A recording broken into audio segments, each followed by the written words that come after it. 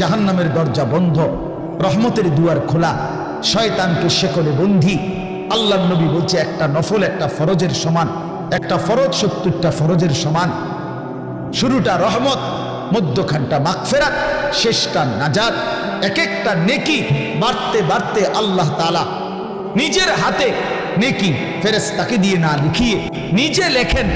এত কথা, এত কথা, এত কথা, এত ফজিলত, এত কিছু নবীজি বললেন আমার বাপ আমার ভাই। এরপরেও যে ব্যক্তি রমজানের কদর করলো না, তার উপরে আল্লাহর লানত, ফেরেশতার লানত, মুহাম্মদুর রাসূলুল্লাহর লানত। তরুফে খুদার গজব, তরুফে খুদার লানত। হ্যাঁ, এটা আমি বলিনি, এটা জিবরাইল বলে গেছেন।